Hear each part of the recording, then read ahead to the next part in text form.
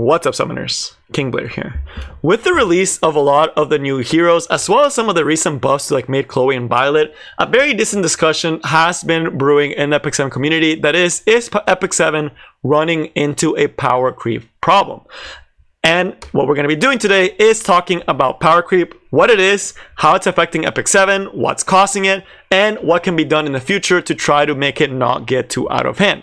So if you like the video, make sure you like, subscribe, and join the Discord server, link down in the description. But without further ado, let's get right into it. Starting with what is power creep? This is a word that gets thrown around a lot, and knowing what it actually is and defining it can better help with the discussion, so it's easier to understand what is going on. And it's not something that's exclusive to Epic 7, right? That happens in Epic 7 only. It's something that happens in almost all gacha games and competitive games as a whole, because when you're adding new content, you're adding more interactions, you're adding the opportunity for things to become out of hand, and you slowly run out of ideas and just make things that are stronger and stronger.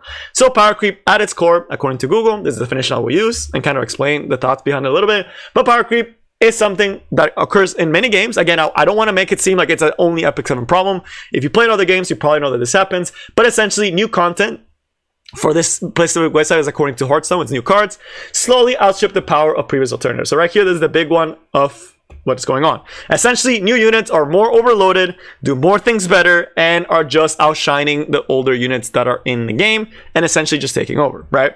So essentially, that's what power creep is. You're basically grabbing the new things, and you're making them way stronger than the old things to be more appealing. Now, this is something that's naturally going to occur because at the end of the day, Smilegate is a company and Epic 7 is a game where Smilegate is trying to make money off of their game. And you are more likely to pull on a unit that is very strong, that's unique, that's going to change the meta, over a unit that is just looks kind of like okay and doesn't really do anything and is not going to be like competitive, right? You're definitely more likely to spend. You can just look at something like Angel and Angelica. People spent hundreds, thousands of dollars on Angel and Angelica, but someone like, for example, Mort. When Mort was released, he looked really cool, but his kit was kind of mediocre, right? So not as many people really pulled for Mort, right? They didn't spend hundreds of dollars like they did for Angel and Angelica because he was just an okay unit. He wasn't a competitive unit necessarily, right? So from a business standpoint, it makes sense to make new things stronger. But the thing is that leads to power creep, and essentially power creep eventually is what ruins a lot of games. And a lot of games do that to power creep because it becomes something that for free-to-play players and even just casual gamers, they can't keep up with the meta because the new units that are being released, they're being released very accelerated, and free-to-play players feel frustrated because they either can't get the units or don't want to spend or feel like they can't compete in the meta, right? So all those things lead to frustration, lead to people quitting, and lead to the game dying. And that's a direction you don't want to be in. Now, Epic 7 is not quite in that situation.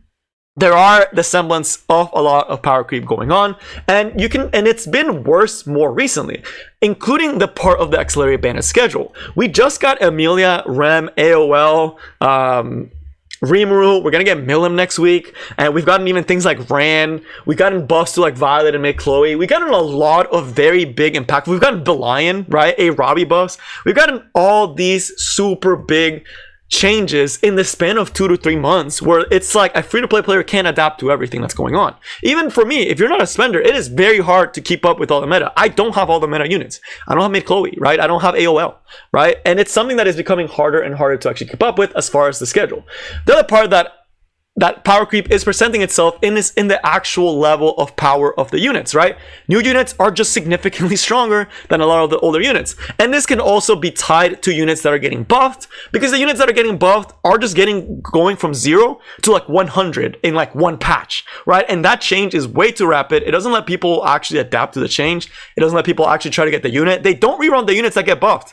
Violet, I don't think has actually gotten a rerun banner since he actually got buffed, if I remember correctly. And hey, Ravi had her buff for like 2 months-ish, or like a month-ish, and she just got her rerun, and there was a chance she wasn't even going to get her rerun, right? Mediator Cowrick is not going to get a rerun for a while either, right? So it's almost like all these heroes that are getting buffed, that are really strong, are not getting reruns, and it's just adding to the problem. But let's actually look at the units kits / the units that are getting buffed. But first, the new units, because recently a lot of the new units are just straight power creeps, right? We can look at something like Angel of Light Angelica, and if you've ever sat down and seen how much text there actually is and how many passives are in this unit, you'll start to realize that new units have been a little bit overloaded, right? Their kits have definitely been a lot higher. S1 silences and also pushes the target back. 2 passive in S1. Most units only have one thing going on in their S1s. Most units would only have the silence, not the CR push on top of that. When you look at the S2 has about 3 different passives, right? First, it's immune to stun, right? Why not? Because they were like just spitballing. The other one is she gets combat readiness when an ally's hit. That's passive number 2. The third passive is that when you're hit by an AoE attack, you activate a skill, and the skill does 2 things on top of that, which is that they cleanse a debuff and it gives skill nullifier. That's 4 passives in one skill, or 4 things that are happening in one skill. That's a lot. When you look at older units, even something like Judge Kisei, their S2 gives a strip, S3 does reset cooldown. Even something like Ross, S2 dual attacks and gives immunity, S3 gives increased defense, S1 can strip, right? Even Falconeer Clury, strips, decreased defense provoke, passive heals and gives CR push, and S1 just does damage and gives the CR push, right? It's still pretty good. It's still loaded, but it's not that much. Even Arbiter Builded, and yes, I'm bringing Arbiter Builded and Seaside because it feels like Arbiter Builded and Seaside, units that we thought were just broken, busted for the longest time, feel balanced. Arbiter Builder and Seaside feel like balanced units, and that's concerning because they used to be like the peak. They used to be the epitome of what broken was in Epic 7, but that is no longer the case. They're honestly just good, but not even like the strongest. And that just really shows you how much the power level has crept. But then of course on S3, there's another part of power creep. This S3, there is no, aside from Mediator Cowrick that just got buffed, there is no traditional cleanser that could deal with this S3 reliably. There's none, right? DJ Bazaar can get silenced if you have high enough effectiveness. Can't really do anything about it. Ambitious Tywin, you're not getting hit. You're not triggering. Even Violet can't dodge this. It's going to hit. You can't dodge it with the new artifact that they came out for Holiday Youthing. Holiday Youthing can't dodge this, right? Because it just goes through pretty much everything, right? And then applies unable to be buffed and silenced. We compare this to someone like even like Broman, right? His S2 passive is 1 passive. That passive is that he can get P pushed back, right? He's not giving skill on fire. He's not cleansing. He's not cycling like crazy. His S3 is a hit silence for 2 turns. Yes, it's 2 turns. That's nice, right? That is really cool. But it's not 100%. Angel Angelicus is 100%. And all it does is silence and strip 2 buffs, right? Versus Angel Angelica also plays unable to be buffed and also stripping, and has a low, about the same cooldown, but can actually cycle better just because she can actually cycle with a passive. And then this one does have 2 parts to it. It has the S1 that does nothing except trigger the S2 that's an AoE attack that pushes back. Well, Angel Angelica silences and also pushes back. Granted, it's not AoE, but again, it's just a lot more than Broman. There's almost no situation where I see Broman being used over someone like Angel and Angelica, right? It's just very, very few scenarios, if at all, right? It's a straight power creep, right? But now let's even look at some of the new heroes, right? Someone like Rimuru compared to someone like Alencia, right? Alencia, in the past, used to be one of the best units in the game, right? But now she's just a unit that, okay, she does S3, increased defense, AoE, that's nice, right? It does decent damage.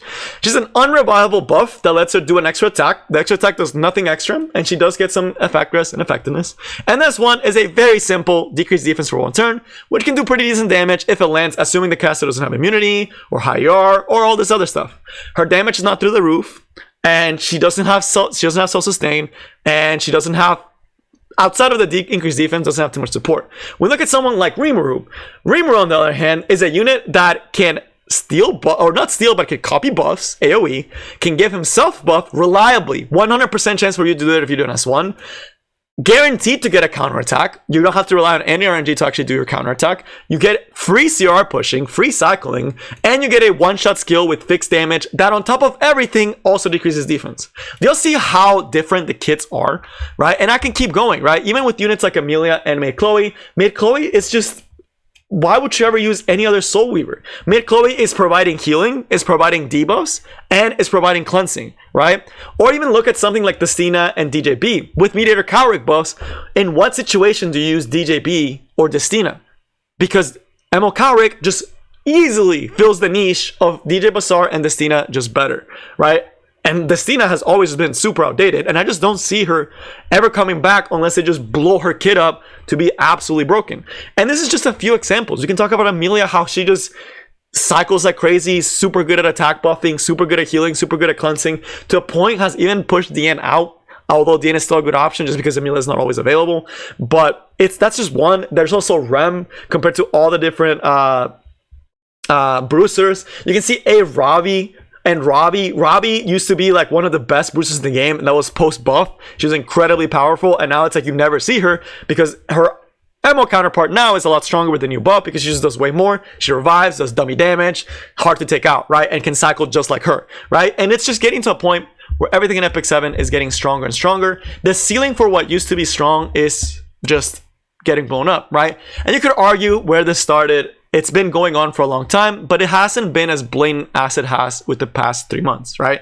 These past 3 months has just been like a steamroll of units that just break the game with no reliable counters. So what can we do? I don't want to say everything is negative and everything's doomed, right? But what can we do? One thing that most games do is apply nerfs and buffs, right? And buffs Smilegate does do a decent job of, although recently they've gone a little bit too happy with their buffs. Like when you look at things like Violet and Hey Ravi, those buffs push them from being 0 to 100, right? Which is at the same time, it's not really bringing them up to speed. Is pushing the barrier up. If someone like Carrot pushed the barrier up for the game for power creep, buffing a hero should make the units match Carrot, not blow that out of proportion and go forward. We still don't have many reliable, if at all, answers to Violet, right? And that's a unit that's been around forever, but they just overbuffed, right? So although buffs can help, and for the most part, they do a good job. Like things like Ida, I think those were great. Those were good buffs. They brought them into the spotlight. Even think Meteor Cowrick's a little bit on the side where it's just he just power crept all cleansers, right? So there definitely are buffs that are like, hey, these are good buffs, right? Like they're making the units, bringing them up to speed, and upgrading their kids to match what is currently in the meta. But they can't overbuff, right? And overbuffing is a big problem.